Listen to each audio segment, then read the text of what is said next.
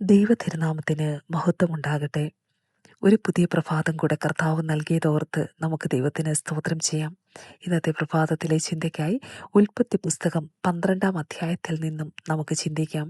ഈ അധ്യായം പറയുന്നതായിരിക്കുന്ന വിഷയം ദൈവം അബ്രഹാമിനോട് പറയുന്നതായിരിക്കുന്ന ചില കൽപ്പനകളാണ് അവിടെ നാം കാണുന്നത്.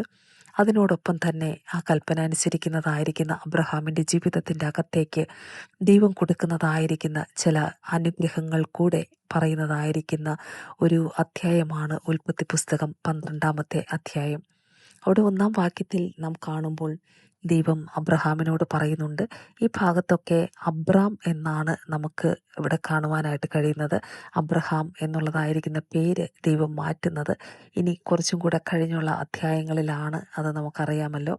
ഇവിടെ അബ്രാമിനോട് ദൈവം പറയുകയാണ്, നീ നിന്റെ ദേശത്തെ വിടണം, ചാർച്ചക്കാരെ വിടണം, പിതൃഭവനത്തെ വിടണം, എന്നിട്ട് ഇതെല്ലാം വിട്ട് പുറപ്പെട്ട് ഞാൻ നിന്നെ ഒരു ദേശം കാണിച്ചു തരും, ആ ദേശത്തേക്ക് നീ പോകുക എന്ന് പറഞ്ഞ് ദൈവം അബ്രഹാമിനെ പറഞ്ഞയക്കുന്ന ഒരു ഭാഗമാണ് ഇതിൻ്റെ തുടക്കം എന്ന് പറയുന്നത്.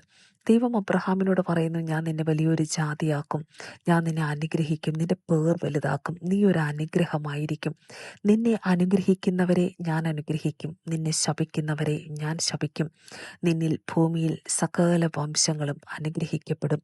പ്രിയമുള്ളവരെ, നമുക്ക് പുതിയ നിയമത്തിൽ വായിക്കുമ്പോൾ നമുക്കറിയാം, ഇന്ന് അബ്രഹാമിൻ്റെ അനുഗ്രഹം നമ്മുടെ ഇടയിലേക്കും കൂടെ വരുവാൻ തക്കവണ്ണം കർത്താവ് മുഖാന്തരം നമുക്ക് വലിയൊരു ഭാഗ്യം നമുക്ക് ലഭിച്ചിട്ടുണ്ട് എന്നുള്ളത് നമ്മൾ മറന്നു പോകുവാനായിട്ട് ഇടയായി തീരരുത്.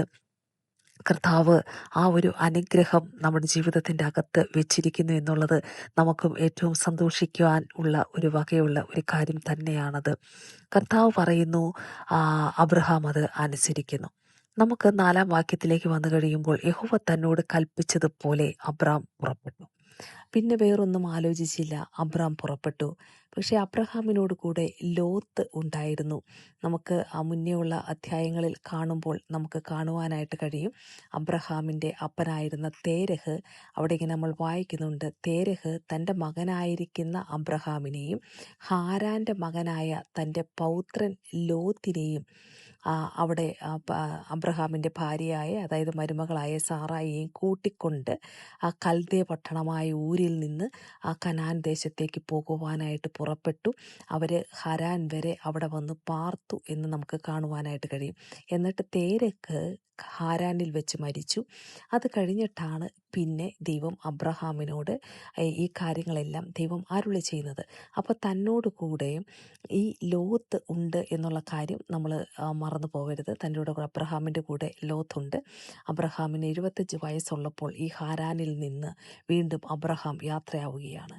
അബ്രഹാം യാത്രയാകുന്നതായിരിക്കുന്ന സമയത്ത് തൻ്റെ ഭാര്യയായിരിക്കുന്ന സാറയെയും കൂട്ടി തൻ്റെ സഹോദരൻ്റെ മകനായ ലോത്തിനെയും തങ്ങൾ ഉണ്ടാക്കിയ സമ്പത്തുകൾ ഒക്കെയും തങ്ങൾ ഹാരാനിൽ വെച്ച് സമ്പാദിച്ച ആളുകളെയും കൂട്ടിക്കൊണ്ട് കനാൻ ദേശത്തേക്ക് പോകുവാൻ പുറപ്പെട്ടു. കനാൻ ദേശത്ത് എത്തി. അപ്പോൾ അവിടെ ദൈവം പറഞ്ഞത് അബ്രഹാമിനോട് പുറപ്പെടുവാനാണ് ദൈവം പറഞ്ഞത്. നീ സകലത്തെയും വിട്ട് നിൻ്റെ ദേശത്തെയും ചാർച്ചക്കാരെയും പിതൃഭവനത്തെയും വിട്ട് പുറപ്പെടുവാനായിട്ട് ദൈവം പറഞ്ഞു. പക്ഷേ ഈ സഹോദരൻ്റെ മകനായിരുന്ന ആ ലോത്ത് കൂടെ ഉണ്ടായിരുന്നു എന്നുള്ളത് നമ്മൾ ആ ഭാഗം ശ്രദ്ധിക്കുമ്പോൾ നമുക്ക് മനസ്സിലാക്കുവാനായിട്ട് കഴിയും. തങ്ങൾ ഉണ്ടാക്കിയ സമ്പത്തുകളുണ്ട്, ഹാരാനിൽ വെച്ച് സമ്പാദിച്ച ആളുകളെ കൊണ്ടൊക്കെയാണ് അബ്രഹാം മുന്നോട്ട് യാത്രയാവുന്നത്. എന്തായാലും കനാൻ ദേശത്ത് അബ്രഹാം എത്തി. അപ്പോൾ ഈ ഊരിൽ നിന്നാണ് അബ്രഹാം വരുന്നത്. കൽദേ പട്ടണമായിരിക്കുന്ന ഊരിലായിരുന്നു അബ്രഹാം ആദ്യമായിരുന്നത്. അത് കഴിഞ്ഞിട്ട് അവിടെ നിന്ന് പുറപ്പെട്ട് ഹാരാനിൽ വന്നു. അത് കഴിഞ്ഞിട്ട് ഇപ്പോൾ എത്തിയതായിരിക്കുന്ന സ്ഥലം എന്ന് പറയുന്നത് കനാൻ ദേശമാണ്. അപ്പോൾ ഈ വിട്ടുപോകുന്നതായിരിക്കുന്ന സ്ഥലം വളരെ മോശവും എത്തിയതായിരിക്കുന്ന സ്ഥലം വളരെ നല്ലതുമാണ് എന്ന് ചിന്തിക്കുവാനായിട്ട് നമുക്ക് കഴിയത്തില്ല. കാരണം ഈ ഊര് എന്നുള്ളതായിരിക്കുന്ന ഈ പട്ടണം ഒത്തിരി അഡ്വാൻസ്ഡ് ആയിട്ടുള്ള കാര്യങ്ങൾ മറ്റുള്ള പട്ടണങ്ങളും ആക്കിയായിട്ട് വെച്ച് നോക്കിക്കഴിയുമ്പോൾ കുറേ ഡെവലപ്ഡ് ആയിരുന്ന പട്ടണമാണ് എന്ന് പറയുന്നു. അങ്ങനെയുള്ളതായിരിക്കുന്ന ഒരു കൽദേ പട്ടണമാണ് ഈ ഊര് എന്ന് നമുക്ക് വചനത്തിൽ നിന്നും ഒപ്പം തന്നെ നമ്മളത് പഠിക്കുമ്പോൾ നമുക്ക് വേദപഠിതാക്കൾ പറയുന്നതായിരിക്കുന്ന അഭിപ്രായങ്ങളിൽ നിന്നും എല്ലാം നമുക്കത് മനസ്സിലാക്കുവാനായിട്ട് കഴിയും. അപ്പോൾ അബ്രഹാം കനാൻ എന്ന് പറയുന്നതായിരിക്കുന്ന ദേശത്തെത്തി. എന്നിട്ട് ദൈവം പറയുകയാണ്, ദൈവം വീണ്ടും രണ്ടാമത്തെ പ്രാവശ്യം അബ്രഹാമിന് അവിടെ പ്രത്യക്ഷനാവുകയാണ്. അപ്പോൾ ഒന്നാമത്തെ കാര്യം ദൈവം പ്രത്യക്ഷനായ കാര്യം പറഞ്ഞു, അനുസരിച്ച് മുന്നോട്ടിറങ്ങി. രണ്ടാമത് വീണ്ടും ദൈവം പ്രത്യക്ഷനാവുകയാണ്. എന്നിട്ട് ദൈവം പറയുന്നു, നിന്റെ സന്തതിക്ക് ഞാൻ ഈ ദേശം കൊടുക്കുമെന്ന് ദൈവം അരുളി ചെയ്യുക. അങ്ങനെ പറഞ്ഞ് ദൈവം ആ കനാൻ ദേശത്തെത്തി. ദൈവം അത് വാഗ്ദത്തം ചെയ്തു. അവിടെ ഒരു യാഗപീഠം പണിതു.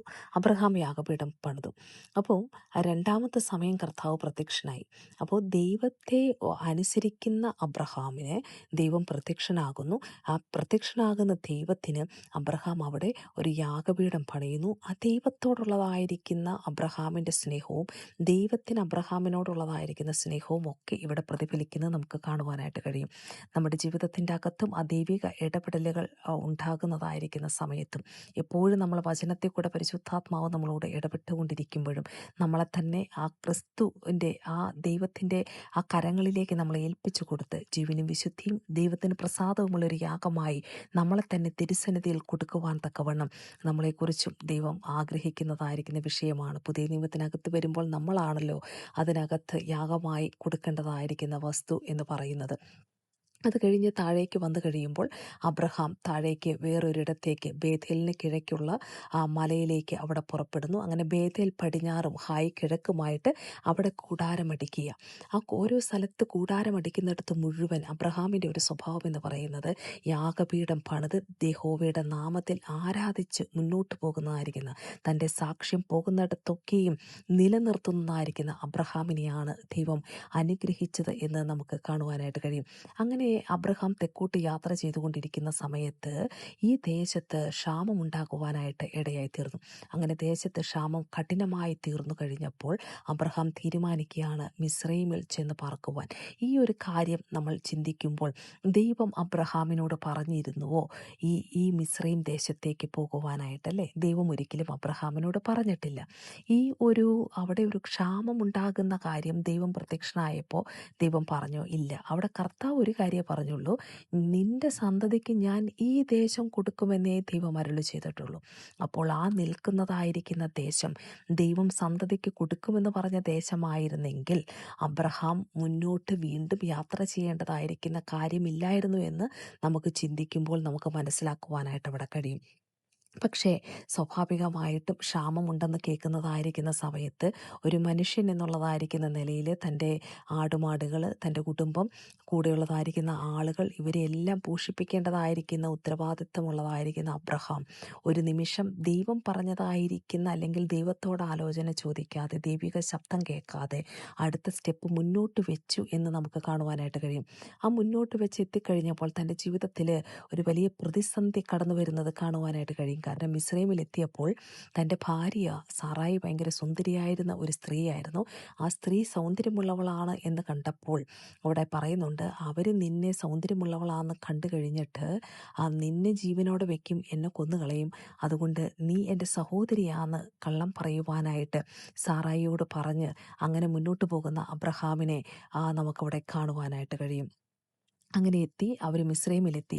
ഫറവോൻ അവളെ കണ്ടു, അവളെ പ്രശംസിച്ചു, അവളോട് ഒരു ഇഷ്ടം തോന്നി, തൻ്റെ ഭാര്യയായിട്ട് എടുക്കുവാനായിട്ട് തീരുമാനിക്കുക.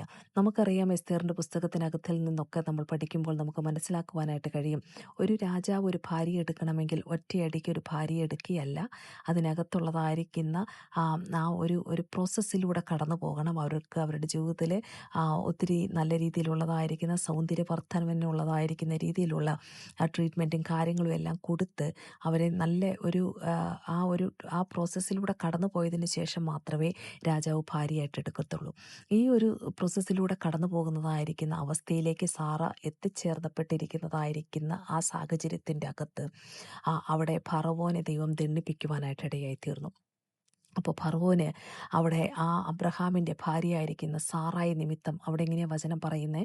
12:17 അബ്രഹാമിൻ്റെ ഭാര്യയായ സാറായി നിമിത്തം യഹോവ ഫറവോനെയും അവൻ്റെ കുടുംബത്തെയും അത്യന്തം ദണ്ഡിപ്പിച്ചു. അത് കഴിഞ്ഞപ്പോൾ ഫറവോൻ അബ്രഹാമിനെ വിളിച്ച് പറയുന്നുണ്ട്, നീ എന്തിനാണ് ഈ മാതിരിയെല്ലാം കള്ളം എൻ്റെ അടുത്ത് പറഞ്ഞത്? സഹോദരി എന്തിനാണെന്ന് പറഞ്ഞത്? ഞാൻ ആ ഭാര്യയായിട്ട് എടുപ്പാനായിട്ട് ഇടവന്ന് പോയല്ലോ, നീ ഇപ്പോൾ അവളെ തിരിച്ചു കൂട്ടിക്കൊണ്ട് പോവുക എന്ന് പറഞ്ഞ് അവനെ, അവൻ്റെ ഭാര്യയും അവനുള്ള സകലവുമായിട്ട് ചെയ്യാനായിട്ട് അബ്രഹാമിനെ അവിടുന്ന് ഈ ഫറവോൻ പറഞ്ഞയക്കുന്നതായിരിക്കുന്ന ഒരു ഭാഗം നമുക്കവിടെ കാണുവാനായിട്ട് കഴിയും. അത് പറഞ്ഞാണ് ഈ അധ്യായം അവസാനിക്കുന്നത്. ഇവിടെ നമുക്ക് മനസ്സിലാക്കുമ്പോൾ നമുക്കൊരു കാര്യം കാണുവാനായിട്ട് കഴിയുന്നത്, ദൈവത്തെ അനുസരിക്കാതെ ഒരു സ്റ്റെപ്പ് വെച്ചപ്പോൾ ചില പ്രതിസന്ധികൾ തൻ്റെ ജീവിതത്തിൽ കടന്നു വരുവാനായിട്ട് ഇടയായി തീർന്നു, അല്ലേ? ആ ഈജിപ്തിൽ ദൈവം പ്രത്യക്ഷപ്പെട്ടതായിട്ടും നമ്മൾ ആ ഭാഗത്ത് കാണുന്നില്ല.